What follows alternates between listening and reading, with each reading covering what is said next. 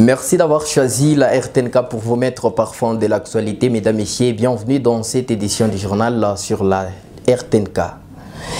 Au sommaire de cette édition du journal, la radio-télévision Goma qui vous souffle sur sa 10e bougie depuis le lancement de son signal ce jeudi 4 mars 2021 à suivre dans cette édition.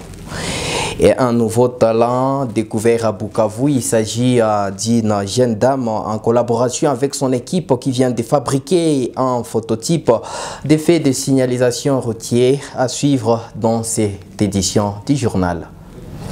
Mesdames, Messieurs, voilà tout pour le menu de cette édition. Bienvenue à toutes et à tous. Débutons cette édition du journal par cette actualité, la radio-télévision Goma qui vous souffle sur sa 10e bougie depuis le lancement de son signal ce jeudi 4 mars 2021. Les téléspectateurs et auditeurs de la radio-télévision Goma qui vous saluent le travail qu'est fait cette radio. Certains parmi eux recommandent à la radio-télévision Goma qui vous soit sur satellite pour être suivi au monde.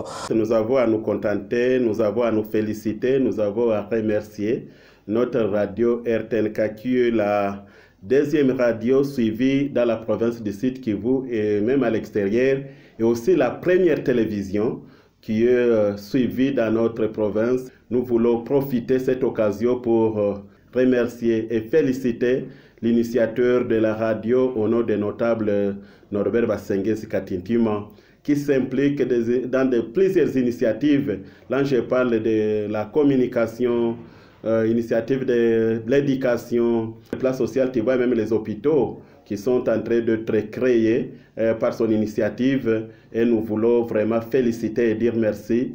Alors, dans ce cadre-là, nous souhaitons un beau vent, un bon anniversaire pour la radio du peuple, pour les peuples, avec les peuples, j'ai dit la radio RTNK. Bon, d'abord, il faut féliciter la RTNK pour ses 10 ans, joyeux anniversaire, mais beaucoup plus pour le travail abattu. J'ai vu la RTNK commencer au niveau de Major Vangu. Je crois que je suis parmi les premiers qui avons fait une émission avec la RTNK au niveau de Major Vangu. Nous avons vu comment la RTNK a évolué jusqu'à être là où elle est aujourd'hui. Je dis bravo pour le travail fait.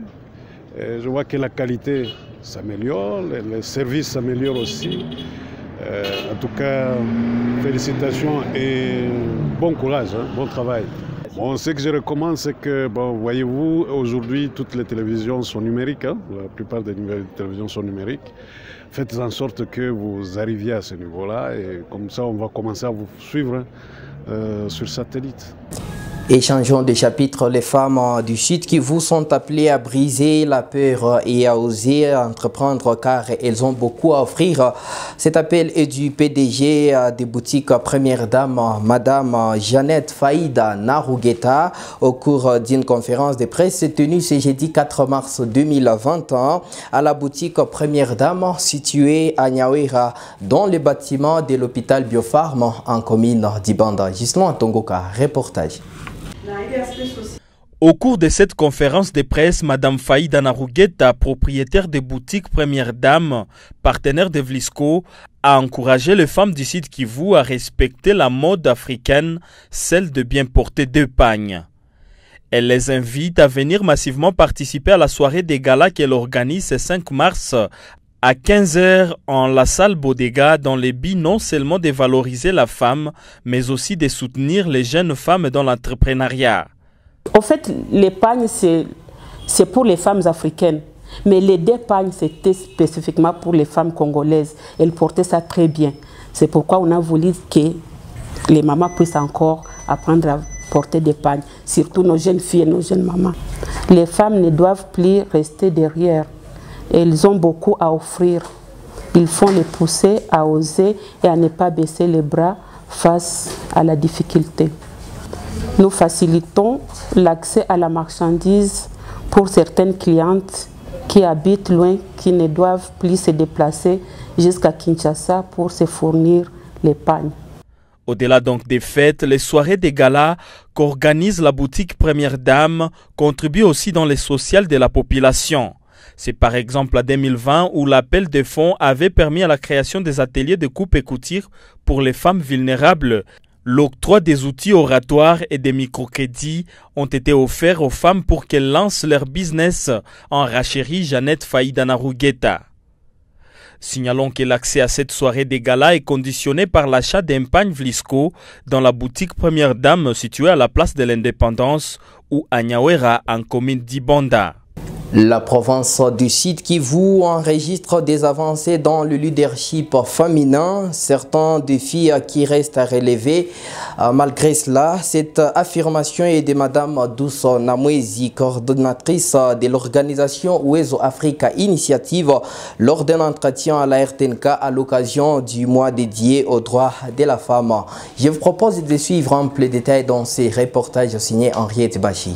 À en croire Douce Namwezi, le parcours est encore long malgré différents défis que connaissent les femmes pour leur émergence. Douce Namwezi se réjouit que certaines femmes font de leur mieux pour se distinguer dans certains secteurs de la vie. Nous avons des avancées évidemment, puisque quand on analyse dans tous les secteurs de la vie actuellement au Sud Kivu, nous avons la présence des femmes qui prennent également le lead.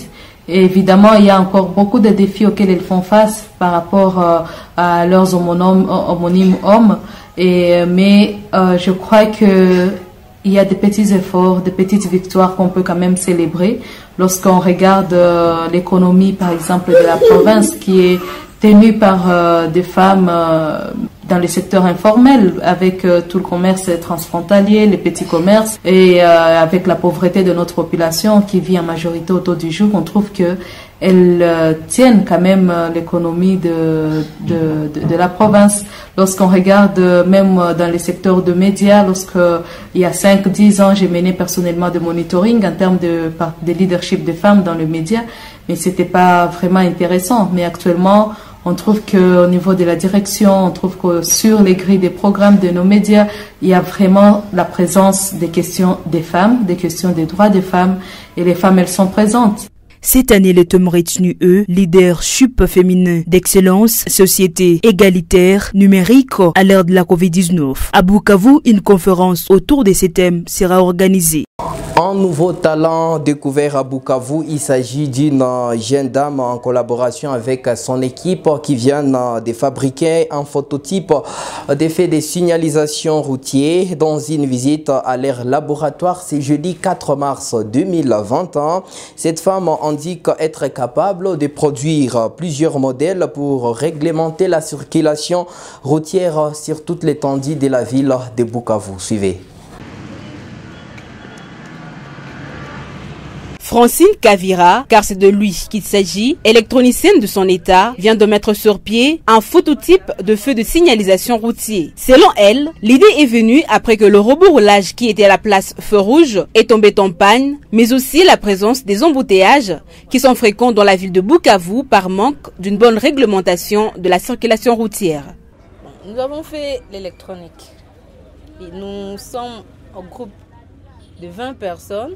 Mais dans le 20, il y a quelques électroniciens. Dès qu'on a vu qu'il y avait besoin dans notre ville de Bukavu d'un feu de signalisation routière, nous y avons pensé.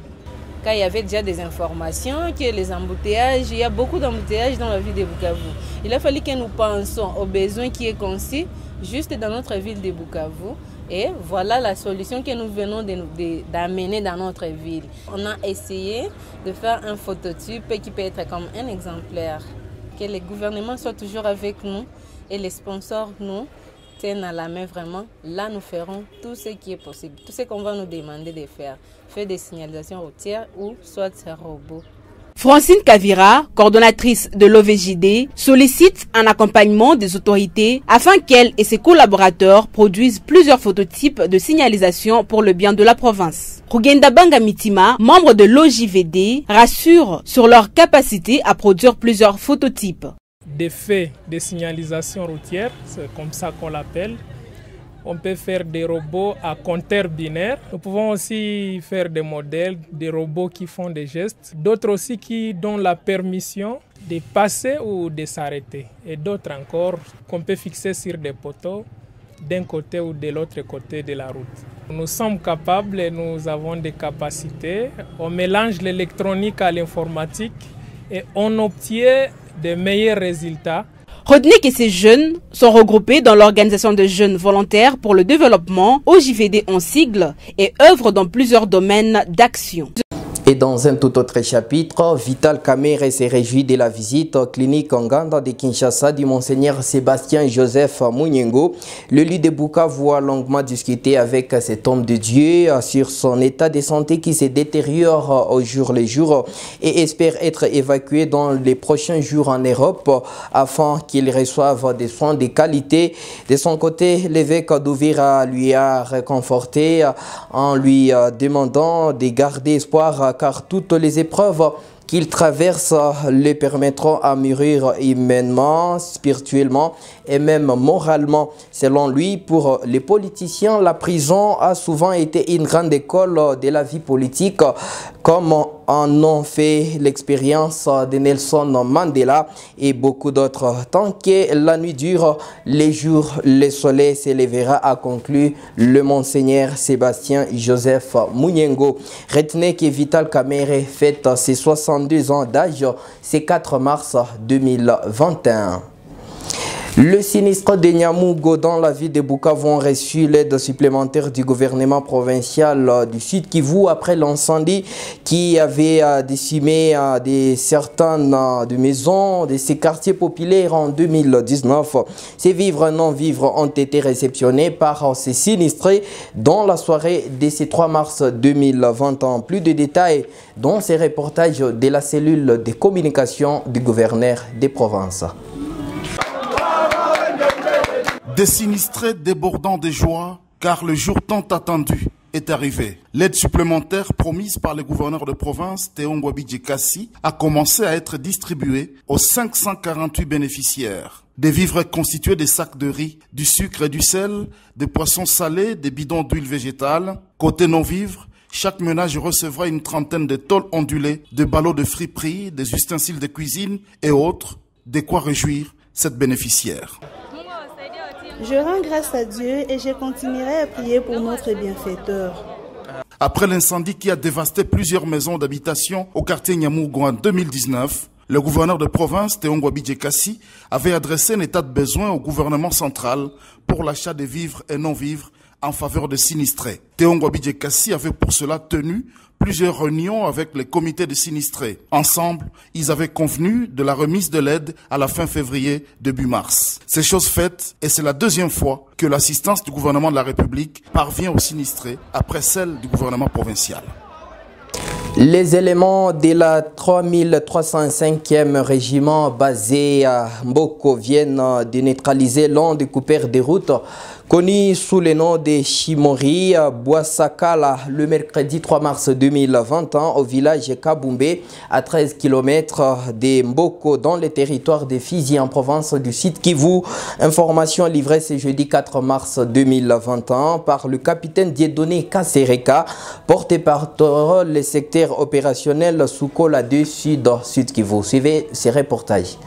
À en croire le capitaine Dieudonné Kasereka, il s'agit d'un homme âgé de 25 ans, fils de Boissakala, un autre chef Maïmaï qui avait été neutralisé il y a 3 ans. Chimori était chargé des ravitaillements du groupe armé Maïélé. Il ajoute que ces derniers tendaient l'embuscade aux passagers pour les rançonner. Ils étaient dans un groupe de 4 Maïmaï avec une arme. Les habitants ont sait que le passager félicite le FARDC pour ses travaux et promettent une franche collaboration. Pour rappel, les agents des ONG ainsi que le passager sur la route Uvira Fizi sont souvent victimes d'enlèvements et de pillages de personnes armées non identifiées. Les agents de l'ONG NRC ont été kidnappés le lundi 1er mars 2021 avant d'être sauvés par le FARDC qui sont vite intervenus.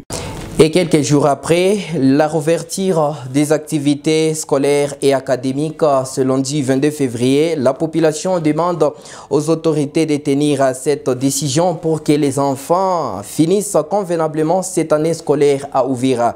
Retrouvons Shukuru Fatouma, notre permanente depuis Uvira. La population de la ville d'Ouvira se réjouit de la réouverture des écoles dont le rôle est d'assurer que les enfants apprennent à lire, à écrire et à réaliser des calculs de base tout en développant leurs connaissances. La fermeture des écoles devait être le dernier recours après que toutes les autres possibilités de mesures de riposte ont été envisagées, suggère le parent et étudiant de la ville.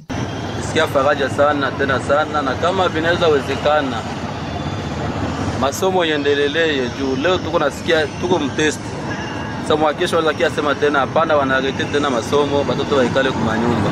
Mama ile asia tuweze penda tunapenda watoto wasome wapate elimu. Antuka nilisikia raha sana, nilisikia masomo nafunguliwa, nilisikia raha kufatana gisi tulikuwa naanza kuwa na watoto kunyumba, unakutana watoto wako wanatembea ovyo, lakini hivi walifungua masomo wakasoma. Tunasikia ni raha juu inakutanisha ule mtoto ile saa ya kutembea anaipotezea ni masomo. Wanafunzi wenye wanarudia kwa masomo, mimi nasema wajipatie bidii tu wasome juu masomo kuleo ndio inakuwa msingi wa maisha. Si wa finaliste tunaweza sema ni raha sana kwa sababu tulikuwa naanza kuona sasa ile mwaka inapita bure. Sasa hivi tuna reprendre année, tunasikia ile furaha kusema kina si bientôt tunatafuta maliza hii deuxième cycle ya masomo. En raison de la baisse sensible de cas de contamination de la COVID-19, la reprise des activités scolaires et académiques a été effective ce lundi 22 février sur toute l'étendue nationale. Depuis Ouvira, Shukuru Fatouma pour la RTNK. Mesdames, Messieurs, on s'y prend fin cette édition du journal sur la radio-télévision Goma Kivu émettant dans la ville de Bukavu. Nous sommes dans la partie est de la République démocratique du Congo. Merci de nous avoir suivis. Surtout, perfectionnez-vous tous les jours dans l'assurance qualité pour un lendemain meilleur. Au revoir.